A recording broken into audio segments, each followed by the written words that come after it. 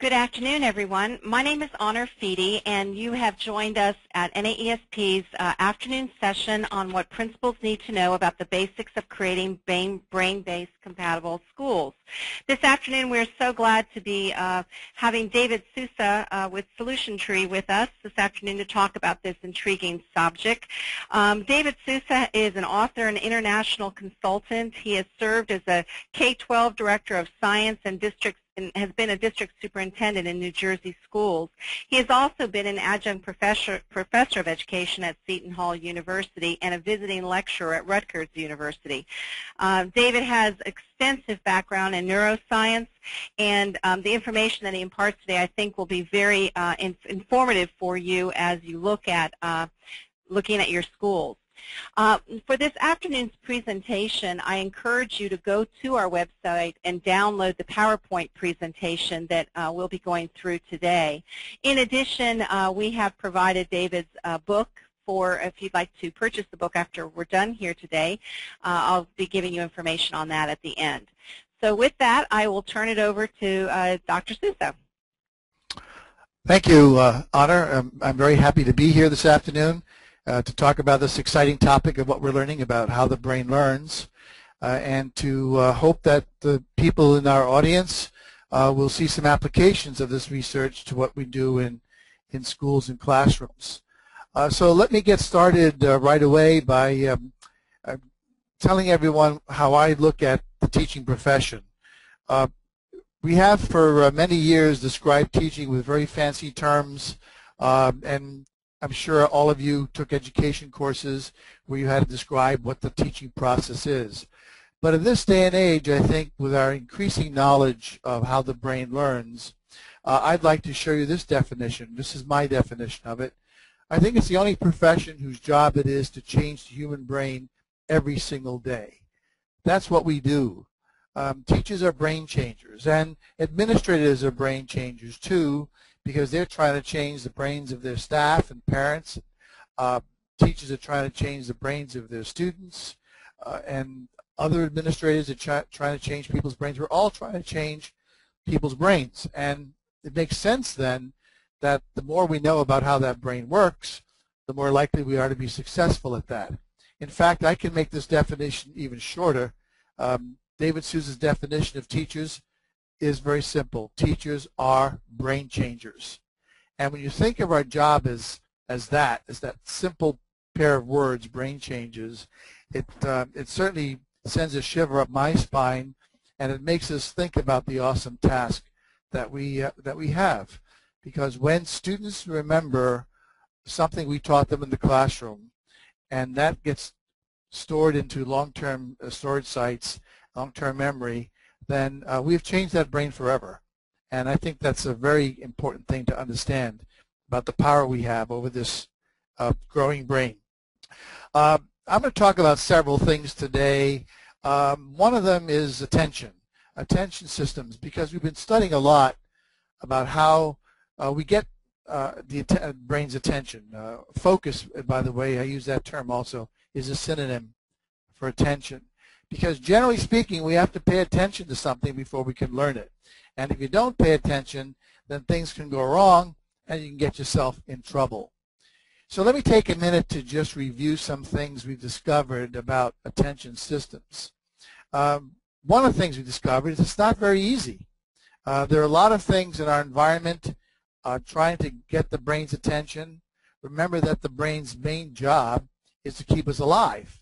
And it does that by assessing information it gets from its outside world and deciding whether that information poses a threat or whether it's something that can help us survive in the world we live in.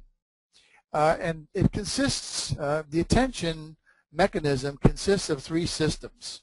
One system is the alerting system. Something in the environment, unexpected stimulus, alerts the brain and suppresses other background stimulus so it can focus on it. The next thing the brain does is try to get more information from that stimulus, and so what it does is it orients toward it in an effort to find out more about it. And then when it gets more information, the third system is the deciding system. It then has to decide what is the stimulus and how am I going to respond to it. And think of this in the classroom. The alerting system is often something the teacher uses to get the students' attention at the beginning of a lesson or at the beginning of the day. For example, it may be a bell that they ring, very common in elementary schools. Sometimes they flick the lights, sometimes they clap their hands, they may play music, they may just try to talk louder than the kids are talking. These are all alerting signals in the hopes that the brain will then do the next thing, which is tell the students to orient toward that source, which is the teacher, and then to make then the third thing is to make a decision what the brain's going to do. That's probably the most important thing. In today's multimedia, fast-paced environment, the brain is now used to making decisions about what to give its attention to very quickly. And I think what it's important to tell teachers is after they've given the alert signal, after most of the students are pretty well oriented toward them, what happens next is very critical. If the teacher says, well, we're going to have a very exciting lesson looking at common elements that we have around the house, it's not very exciting. And so the brain may assess that and say, you know what, I've got something else I can do instead. That deciding, that period of time between the orienting and the deciding stages is very critical, because that's when the brain makes that decision. Am I going to give this person my focus? Am I going to give this person my attention or not? So I think it helps to talk in faculty meetings or in study groups with teachers about how they present that third piece, how they present the lesson of the day or that learning episode to the students. Is it exciting enough to get their attention? Now, this begs an interesting question, and that question is, what is more likely to get the brain's attention? And because remember that the brain's job is to keep you alive, it tends to give its attention to anything that's unexpected. And we call that novelty. And actually, novelty is a scientific term. It's a term we use in educational neuroscience. We describe it as the unexpected. Anything the brain perceives as not fitting the pattern of its current environment. Now, why is that worth talking about? Because, let's face it, depending on the age of the student, after about a week or two, primary grade kids pretty well know what to expect in Mrs. Jones or Mr. Smith's classroom. And it's even a shorter period of time when you move into the upper elementary grades. After a week, they've got the pattern down, because teachers as humans are creatures of habit.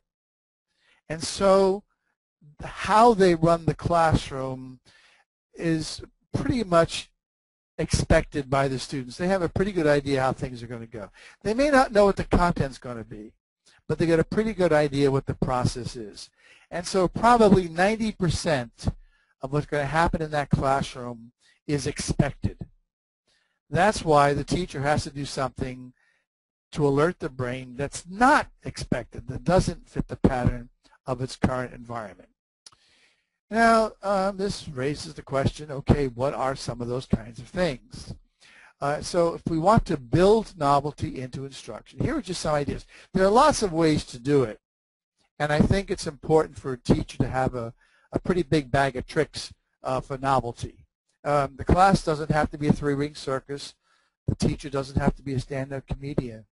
But what the teacher does have to recognize is that in this day and age, where technology is commanding so much of kids' attention, where there are so many other things in the environment that are novel, we can't be doing same old every day. So just a few suggestions about novelty. One is get students up and moving. physical activity improves memory storage and access. We know now that when kids get up and move around, they not only, the motion not only brings more blood to the brain, and that's essential, by the way, for the brain to work, to do its job. It needs blood, which carries glucose and oxygen, and the more that you have, the better it is for the brain, generally speaking. And then we have this other fancy little thing, not so little, it's a huge molecule that goes by the name of brain-derived neurotrophic factor, discovered about 10 or 15 years ago. This molecule has a tremendous responsibility in the brain. It's always present in the brain. It's designed to bring food to neurons, to keep them healthy, to ward off any problem particles that may make it past the blood-brain barrier, to help take away metabolic byproducts from neurons. Its job is to keep neurons healthy. And what we find is, as you increase your physical activity, the BDNF also increases in your blood, providing greater support to neurons. By the way, I find it ironic that in school districts across this country, when they have their high-stakes tests coming in the spring, as we do here in Florida, a number of schools suspend recess time in order to trade off that time for teaching for the test. And it's ironic that we deprive students of the very activity that could help them perform better on the tests that we're giving them. But again, that's some of the silly things we do in schools. Let me show you some proof here. The part of the brain where most learned motor skills are is in the cerebellum, which is at the base of the brain here, as you can see, the part indicated by the yellow arrow. And many of the long-term storage sites are located just above the cerebellum in the base of the cerebrum, that area kind of outlined in orange. Of course, it's on both sides of the brain. I'm just showing the left side right now. So those long-term storage sites are very close to the cerebellum. And so when you get up and move around, those sites get excited and stimulated, and it gives you access to information you might not otherwise have if you were seated. In fact, we have a number of strategies now that we use based on this research by getting a struggling learner up, getting him moving around and talking to the teacher as they're moving, and you'd be surprised how that can stimulate new information and help the student solve a particular problem or get past the snag they may have. So movement activates these long-term storage sites. Let me show you some brain scans here to further back up what I'm saying, because it always helps to see it visually. We're looking here from the back of the brain, and in the left photo, these are composite fMRIs, which means it's the fMRIs of a lot of people. Every brain is unique, and so the areas that are activated are slightly different, but there are some commonalities among us. So what we do is we take a lot of MRIs and then we fuse them all together, blend them all together, and just look for the unique, take out the unique parts and look for the common areas. If you look here, you'll notice that by the way, in the cerebellum, the lower part, these are asking people to move their hands while they're talking about what they're learning. And you see two long-term storage sites are opened up there, activated as a result of that. But then if you look at the right-hand one, if we ask them to move their legs, unfortunately they can't walk anywhere because they're inside of a scanner. But if you ask them to move their legs as though they were walking and then to explain what they're learning, notice that the number of storage sites increases dramatically.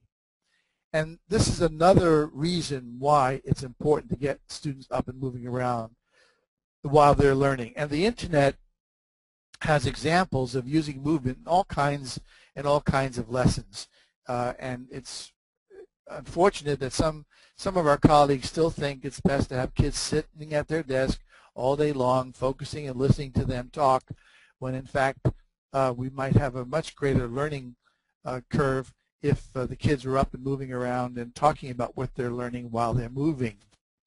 One implication of this then, for those of you who are administrators or in charge of buildings, is to make sure that classrooms have plenty of room for students to move around in. I've been in some classrooms now that there's so much stuff in them that kids can barely move when they get into the room, and then of course they're going to stay seated. They don't have any place to go.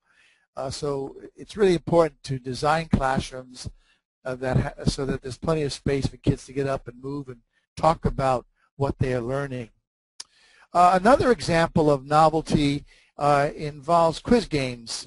These are tremendously motivating things to do, because the kids, in order to use the quiz game, they have to learn the material and write the questions and answers. And of course, kids love stumping each other. And there are all these kinds of options they have. They can use things like Jeopardy, and this one's Millionaire, and this one is a Wheel of Fortune. And they're on the internet. You could find examples of how to adapt games like these to content. It's a lot of fun. It's certainly novel. Again, novelty means something different. So you don't want to use this every single day, because obviously it doesn't know one of these every single day, because then obviously it's not novel anymore. Music too. Now there's been an awful lot of stuff about music and using music, and one of the things we have to recognize is that if you take a popular song and put lyrics that have to do with the learning content to the music that kids know, then you'd be surprised how well they can remember it afterwards. If you test them on it or ask them to use it in the problem solving, they just start singing the songs to themselves, and they learn the content. I mean, it's how we learn the ABCs, isn't it? A, B, C, D, E, F, G. And there's a tremendous power of this. We find, for example, surprisingly, patients who have severe Alzheimer's, even to the point where their language areas on the left side of the brain have been seriously affected by Alzheimer's. They have great difficulty putting a sentence together, and if they do, it sometimes doesn't make sense because they leave out words or they choose the wrong word. On the other hand, you ask them to sing a song that they know, and the lyrics come out just perfectly. So it's amazing that the power of music has, and it's really a tremendously valuable resource. And again, the internet has examples of using music to teach all different kinds of concepts. Again, it's novel, and kids have fun with it. One of the questions I often get asked is this one, which is, all the technology kids have today, is that affecting their attention span? So I thought I'd ask you this question, and in a moment I'm going to turn this over to Honor. The question you have in front of you is technology affecting students' attention span? And you have three choices. If you don't think it's affecting it, then you'll answer with A, no. Or you might say, yeah, it is affecting it. It's shortening the attention span, in which case choose B. Or you might think, yes, it's affecting it. In fact, it's making attention span longer. It's lengthening it, in which case choose C. So at this point, I'm going to turn this over to Honor so she can collect the data. Honor, over to you. Okay. You should be about done now. I'm going to go ahead and close the poll. Okay, David, it looks like for A, no, we had 29% of the respondents answered A. We have 29 respondents also answered B, so there's a tie there.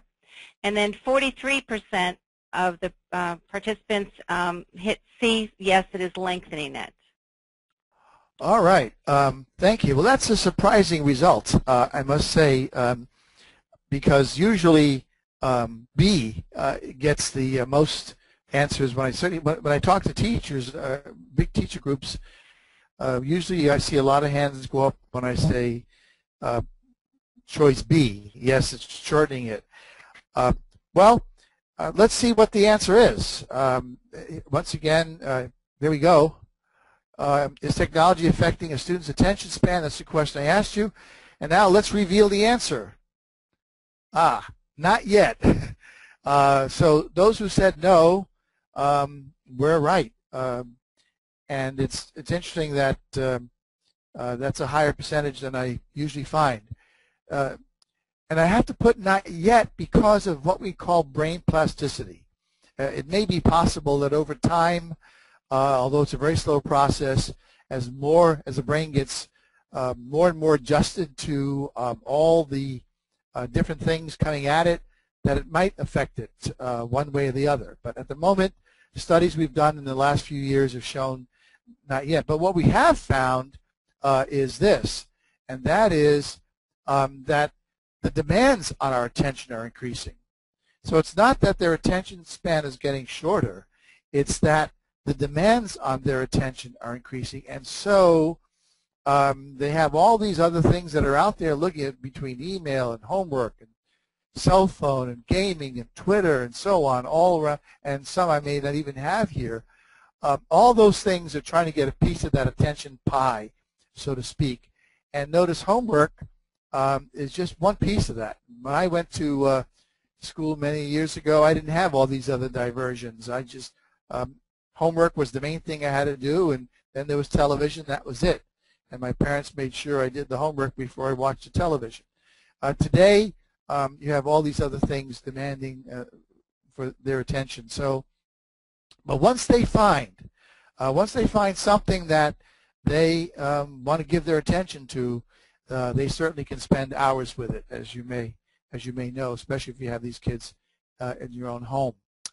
Okay, let's move along now and go to the second area that we have been giving a lot of attention to in terms of educational neuroscience and what cognitive neuroscience has been telling us, and that's memory systems. There have been a couple of surprises in recent years about memory systems, and I'd like to share those with you. Back in the 1950s, a psychologist by the name of George Miller did a number of studies to find out how much working memory is a temporary memory, how much working memory could remember at one time, how many things it could hold on to at one time before it got lost. And so he did a series of studies in the 50s working with young children and adults, and he came up with these numbers. He said, it seems to me that based on my studies, kids between the ages of 5 and 13 can have about 5 things in working memory at one time. And if you think of the bell curve, the outliers were 3 and 7. So, but the average was 5. And then once they went through that third cognitive leap around the age of 14 or so, it jumped up to 7. Again, the outliers being 5 and 9. So those numbers, he wrote a book called The Magic Number 7. And those numbers became pretty much accepted because we kept repeating these things in the 80s, in the 70s, in the 90s, and finally the numbers stayed pretty constant. So around middle of the 1990s, we said, you know, enough of this. That number seems to be pretty consistent over the last 40 years. No more studies on that. Let's move on to other things. Then in the mid-2000s, some cognitive psychologists were wondering whether the technology was having an impact on working memory. Remember, working memory is a temporary memory. And so they began to do some studies. They began to repeat George Miller's experiments, and they came up with some surprising results. So surprising that when they published it, the cognitive neuroscience area was very surprised and shocked and immediately began to repeat these experiments to see, in fact, the initial data was correct. And it turns out it is. Studies done even as recently as this past year, 2012, show that that number has changed. Question is, which way do you think it's changed? Do you think it's gone up? Do you think because of all the information that's coming at us these days that our working memory has a higher capacity, or do you think it's gone down? Just you know, answer that question in your head. It's gone down. It seems to be now 3 or 4. So if we look up at that table at the top of the slide there, I'm going to have to take off a couple of those items that were in working memory. Now, why is that? We don't know. it seems to, by the way, this is much more prevalent in younger kids. When they test adults over the age of about 35 or so, the number is still closer to 7. But once you get into the low 30s and 20s and teens, the number starts to go down, and once you get into the teenage and preteen range, it's down to 3 to 4. And what the range is now is unknown. It's much too variable for us to get a handle on that. So it's a surprising result. We don't know why, but we have a good guess, and it's something we're exploring. We can't test it too well, but the guess is, well, let me see if I can give you an example. When I was in junior high science, we had to memorize the 9 planets. Yes, in those days we had 9 planets. In order of our solar system, in order from the sun, starting with Mercury all the way out to Pluto. And we use a little mnemonic device. My very earnest mother makes us 9P and so on. And so I had to take up 9 spaces in my working memory to memorize that. Now what we think happens is students, when they're given that task, instead of memorizing, well, now the 8 planets, they remember where to find the information. And so what's happening is they're recognizing that a lot of stuff that we think they ought to know, they say, you know what, I don't need to know it, I just need to know where to find it. And this is really quite a revelation to us because it has incredible implications for curriculum. Let me take this one step further. When I ask teachers how much of the curriculum they want students to remember, their response is all of it. And when I say, how long do you want them to remember, they say forever. Yet neither one of those things happens. Students do not remember all the curriculum, and you certainly do not remember it forever.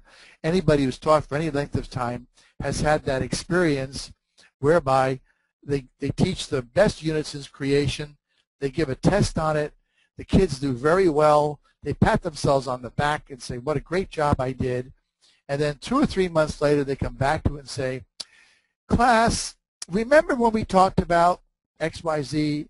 And the kids look at them as though they're speaking a foreign language. They have no idea what they're talking about. Why? Because they learned it just long enough to take the test, and that was it. So it's this information about the decline in working memory's capacity may not be a bad thing, by the way, but it has grave and great implications for curriculum, because what it means now is that we may need to prioritize curriculum so that we single out those enduring understandings, those things that these kids absolutely must know and remember forever, and it's non-negotiable.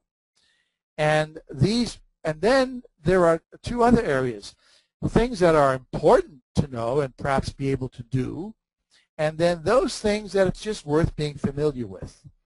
And this splits curriculum then into 2 major categories.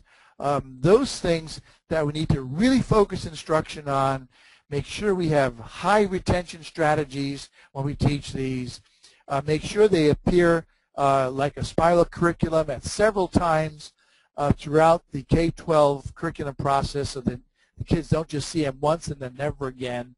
If they're really supposed to be enduring understandings, then they should repeat, come back after several grade levels, introduce them in maybe grade 4, and then come back in grade 7 with greater understanding, and then back in grade 9 with creativity and creative examples. And then there's the other group, and those things which we might say, hey, look, this is the fastest and most reliable way to find that information. Kids are doing it now anyway. And so the question is whether we're going to try to battle that process, which in my own personal opinion, I reluctantly have to say is a losing battle, or whether we get on the bandwagon and say, you know what, we've got to take a look at our curriculum and make some pretty critical decisions here. What do we really want these kids to know as they move through the grade levels and remember forever, and what are the things that we can just help them find?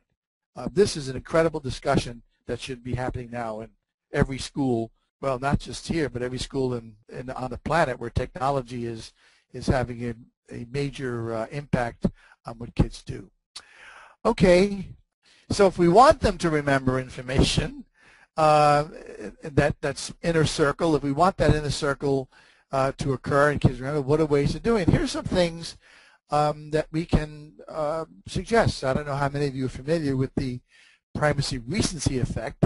It's a psychological effect that occurs during a learning cycle.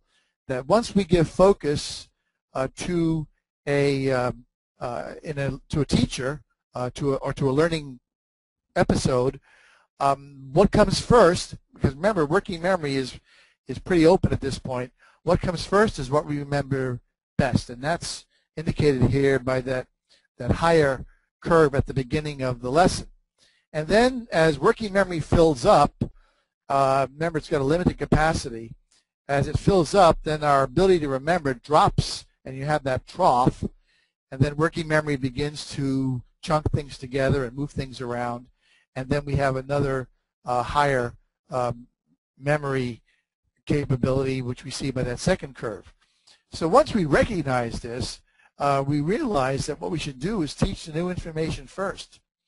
And I've got to tell you, I know I did this myself as a beginning teacher, and I've been in classrooms, especially elementary classrooms, where the teacher does that attention thing. You know, as we said earlier, they have their little alerting signal, and they have the kids orient to them, and then they tell them what a wonderful lesson this is going to be because, and then before they get into the lesson, they start worrying about taking attendance or making sure Billy and Mary have their lunch and this and that, and they use that very precious prime time one, as I call it, to do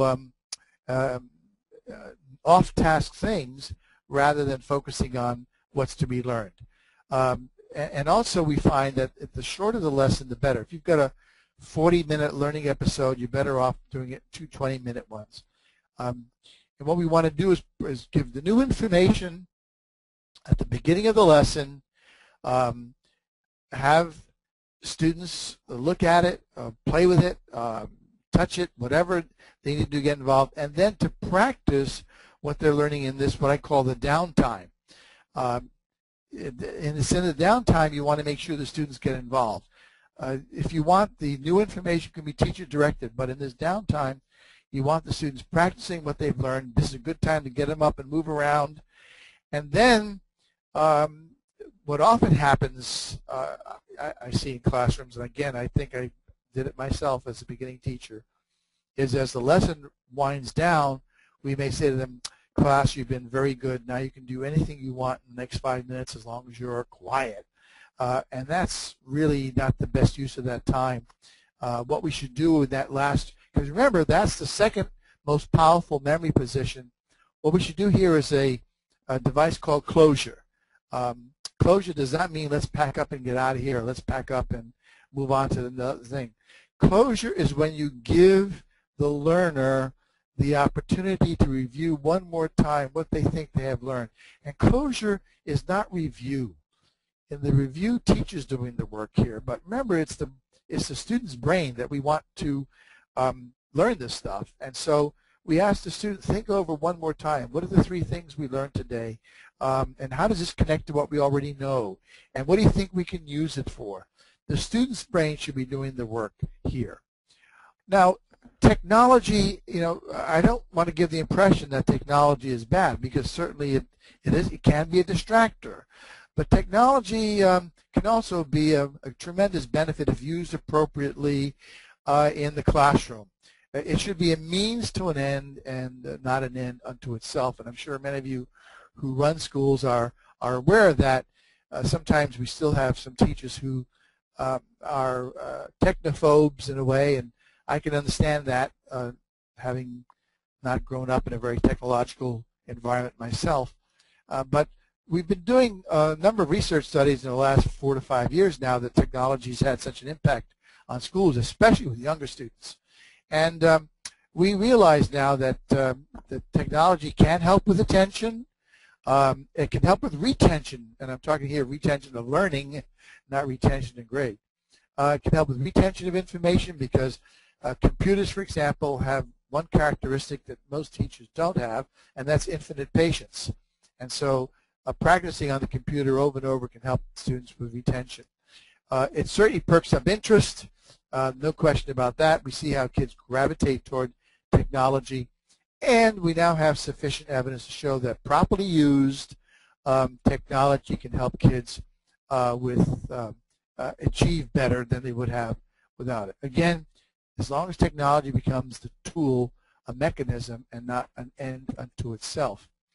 The other thing technology can do is it can allow kids to explore meaningful applications of what they're learning. How often in class, you don't hear too much in the primary grades, but as kids start moving into the intermediate grades, why do I have to know this? And often, getting on the internet can show kids real-world applications of things, like how you can use simple geometry to measure things, and how you can apply geometric figures and arithmetic and mathematics to artistic achievements and artistic products as well, and how you can use this information for a job in the future. Remember, every kid in elementary school is not going to, and high school is not going to go to college, so they need to have skills that can help them get a job, and also things they can do to help fellow human beings. That there are applications to what we do in schools, and sometimes we don't help them understand that, because one of the ways the brain remembers things is if it thinks it has use in the future. Technology also encourages students to take risks with new ideas. You know, sometimes a kid has a new idea and he raises his hand in the classroom and teacher says, you know, I'm sorry, we don't have time for that. Or their new idea is an incorrect application. But they're reluctant to take a risk and go out on that ledge and say, you know, I think is this another way we can do it? Because one of the things kids have learned, and they learn it very quickly in elementary school, I'm sorry to say, is that whenever they make a mistake, there's always some kind of penalty to be paid. It may be a bad grade, like that D showing up in bright red, or it may be the disapproving look on a teacher's face, or it may be something. What they learn is, if I take a risk and I make an error, there's some penalty I have to pay. And I think we need to help kids understand it's okay to take risks, and it's okay to make mistakes because we learn from them. In a few minutes I have less, I'm going to talk about a little bit about assessing learners. I think kids are being tested to death these days, and I talk about test anxiety. Whenever you mention the word test, to a lot of kids, it brings on anxiety. When you do, you get a flood of this stress hormone called cortisol, which floods the brain, and that tends to shut down the part of the brain that is responsible for learning, which is the frontal lobe, and then the kid's attention shifts to the consequences of the test. And that's a problem, because they get so worried about the test, they don't have enough room in working memory to actually learn the materials they need to be. So when I think of testing, I think focus should be not on those high-stakes testing, but number one, when you're about to start a unit and think of the learning objective there as the top of that staircase, we can test kids at the beginning. Pre-assessment, we might find out in this day and age with kids having so much access to information that they may know a lot, and we may end up teaching things that kids already know, so it helps to do a pre-assessment and find out, well, you know what, I may not have to spend as much time on this because kids know about it already. And then as they move up their staircase, we do a formative assessment. We see how they're doing. It's kind of like testing the temperature of the waters and finding how things are going as they move up. And then if we've done that well, by the time they get to that top, that summative assessment, that unit test or whatever, that high-stakes test, should be no surprise to them. It should be practicing things that they know rather than a gotcha kind of things. And let me finish with just a couple of words about gender differences, because there are some, and I think they're so much more prominent in the younger years than they are in the older years. And it's important to understand what these differences are. And usually the area of language and other skills. Let's start with boys. One of the things that's important to understand is that young boys, and by young I mean between the ages of 3 and 10, they acquire visual, spatial, and temporal temporal has to do with time, skills, faster and easier than more young girls. However, young girls, they acquire spoken language skills faster and easier than more young boys. Now, in both of these, what do you mean by more? Somewhere around 70%. So 70% of more young boys acquire the visual, spatial, and temporal faster than about 70% of more young girls, and the same thing, about 70% of more young girls faster than about 70% of young boys. So there are young girls who acquire visual, spatial, temporal skills fast, and there are boys who acquire spoken language skills faster, but they're in the minority. So why is this? And it has to do with our genetic coding. Remember, think of what boys did, or what men did in the days back in the savannah during the caveman period. Their job is to go out and hunt, and those who had better visual and spatial and temporal skills could find the animal and kill it before the animal found it. And so those boys with better visual, spatial, and temporal skills, those males, survived and added their genes to the gene pool. Meanwhile, the female's job was to stay back in the cave and pass language skills on to the children and tell them stories to keep them in the cave so they wouldn't go out and get eaten by those nasty animals out there. Now, this gap is wider at the age of 3 to 10. It begins to narrow as kids move through the schools. But the point here is that we tend to make decisions on how intelligent a kids are based on just language skills, because that's what Binet told us back in 1910. And I worry about that because if we're using language as the main criterion for judging how successful we think kids are going to be in school, we're missing out on something because we don't recognize then that it's going to take the boys a little bit longer, but they can be just as competent in that a little bit later on. And too often we say, well, they must have problems with language. I've got some, again, MRIs here to back up that statement I just made. On the left-hand side, you can see the bright red areas are Broca and Wernicke's area. Those are the language centers of the brain. We all have them, most of us on the left side. And you see when males are speaking, just those areas are activated. But if you look on the right-hand side, when females speak, you can see they have many more brain areas involved, and even those on the right-hand side get involved. And so, again, this is a result of going back thousands of years ago. Females had to develop what we call elaborative language. Men learned to speak just in context. When they went out hunting, you couldn't be a chatty hunter and survive for very long because you gave yourself away and you ended up being some animal's lunch. So you had to learn to be very quiet and to speak only when you had to, like, run, kill, whatever. And even today, men don't chit-chat very much. Most men anyway, they tend to keep their conversation clipped, short, and to the point. Females, on the other hand, have what we call elaborative conversation, and so young girls will chat a lot and talk a lot because they do it well, and we tend to do those things that we do well. Meanwhile, if we have children, young kids, we hear the female, our young girls' daughters talking, but we don't hear our sons talking. We get worried about that, and yet we miss the fact that they're building all these wonderful spatial things with Legos and erector sets and so on. And we miss that because we're so programmed to listen for language, and that can be a discredit for the kids, because the boys, because then we tend to label them as having a language problem, and when they hear that, it becomes a self-fulfilling prophecy. It's also interesting to look at mathematics. This is the brain, what the brain looks like when it's processing arithmetic calculations. If we ask it to do exact calculations, like 1 + 1 is 2 and 5 + 5 is 10, notice how the language process areas are very active because we are sounding out the process in our head, 3 + 5. We do it to ourselves. So the language areas have a lot to do with exact calculations. But if you ask someone to do approximate calculations, for example, the room, whatever room you're in right now, if I asked you to measure the exact length and width of that room, you'd take out a yardstick, whatever, and you'd measure, okay, that's 1 yard, that's 36, and you'd go and you'd be saying a lot, talking a lot to yourself about those measurements. But I've said, look, just give me an approximate calculation. Then you'll notice on the right-hand side, the back of the brain, the visual center is very active because now you begin to visualize, well, I think each tile, if there's tile floors, those tiles are about maybe a foot. So you begin to use your visual field a lot more. Now, in doing those approximate calculations, the visual processing areas get excited. So once again, you might say, so what's that going to do with anything? Well, remember, we said earlier that girls were better at language, young girls at language processing, so that's why most young girls tend to be very good at arithmetic.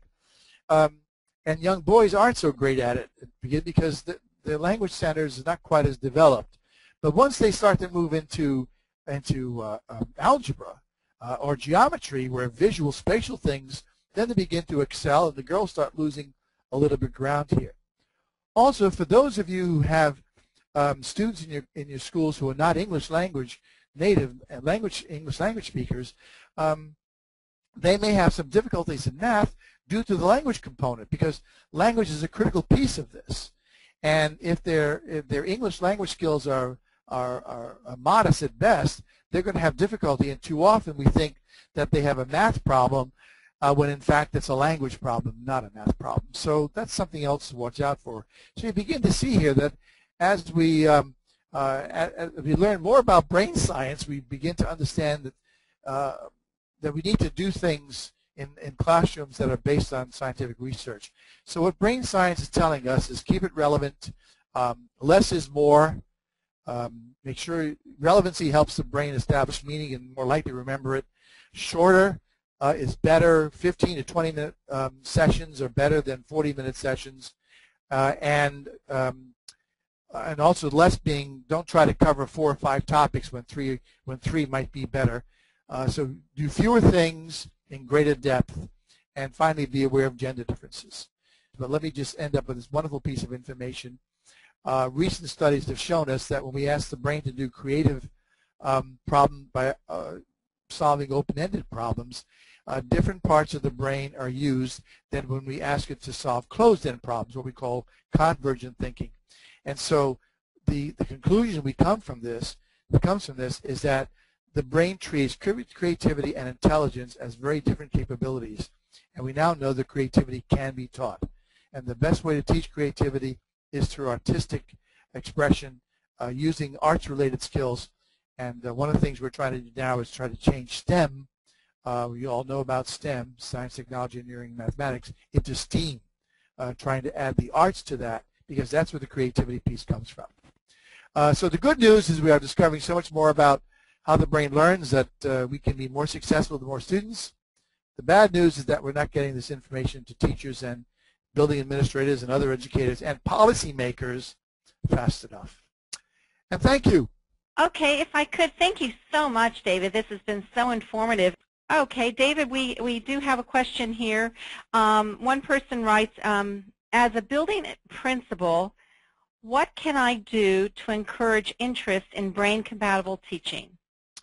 You know, I was hoping someone was going to ask that question, because I did have some other slides that I wanted to show you about that, knowing that, well, hoping that probably a good portion of our audience today and those who look at the later session are building administrators or central office people or policymakers even.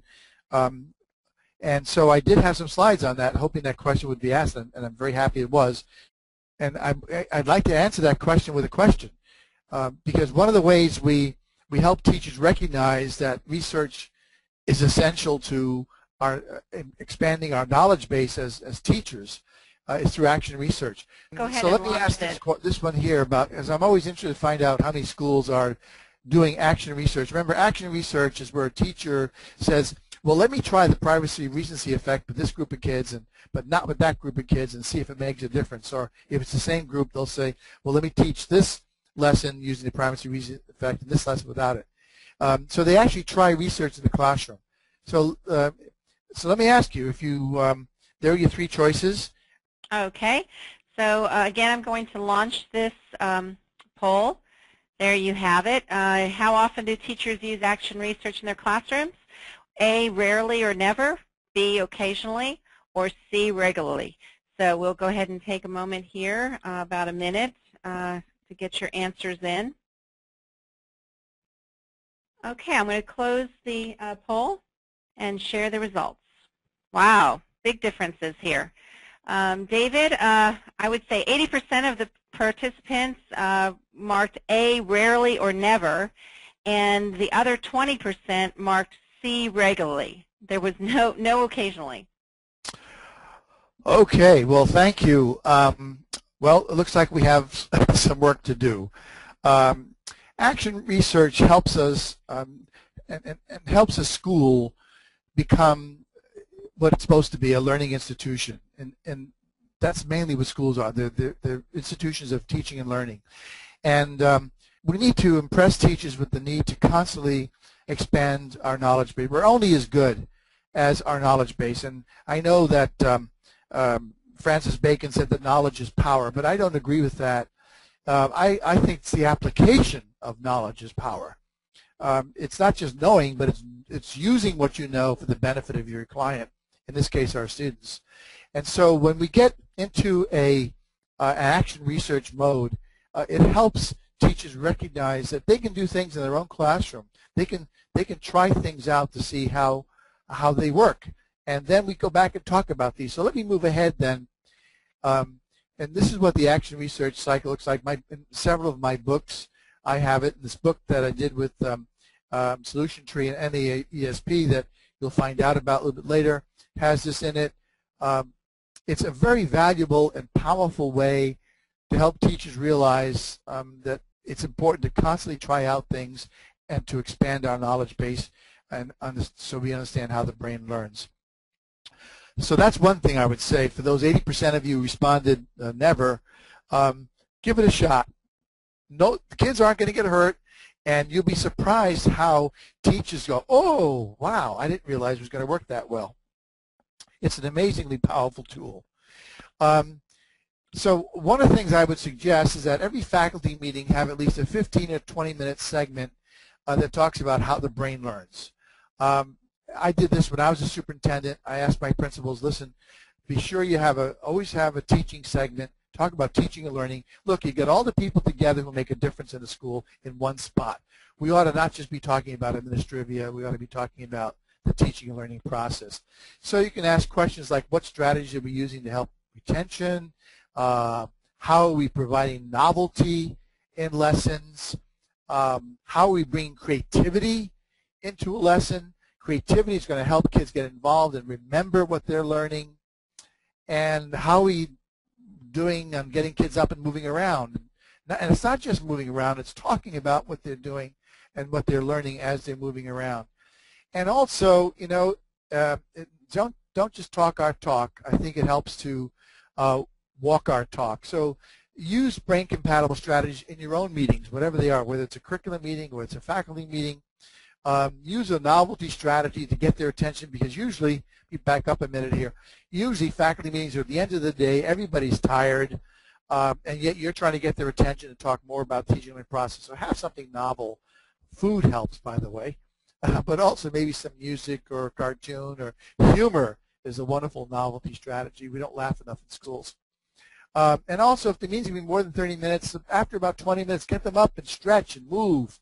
Get some fresh blood pouring over that brain so they can last for the rest of the time you're going to have them with you. And pay attention to the primacy recency effect. Yeah, the most important thing for that meeting ought to be said at the very beginning or done at the very beginning, because that's when they're more likely to remember it and have their most efficient memory cycle going. And finally, restrict the agenda to 3 or 4 items. Remember, their working memory is limited to anything else they need to know, put it on paper and stick it in their mailboxes. But if you're going to talk about things, keep it short. Less is more. Shorter is better. Remember the primacy recency effect, and you'll be in good shape. Okay. Any other questions? I would like to show people our website. David, we've done an incredible job in a short period of time, and I'm sure it might be good for people to check out your book. I have on your screen there, I have put our website, and your book is right there, The Basics of Creating Brain-Compatible Classrooms. I encourage you all, I've read the book myself, I found it just incredibly fascinating. There's just so many more tips and strategies, and I encourage you all to check that out.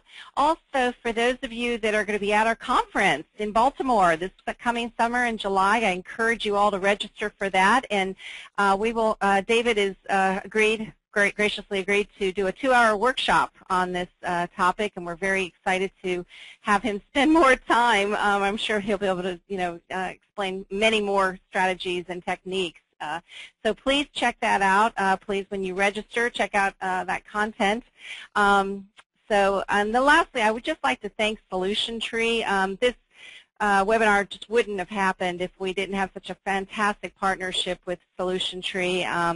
David, you're an exceptional speaker and researcher, and we just really love our partnership with you, and this has been a great experience for us. So again, I hope you all will stay tuned for next month's presentation with Solution Tree, and I will go ahead and close the session down.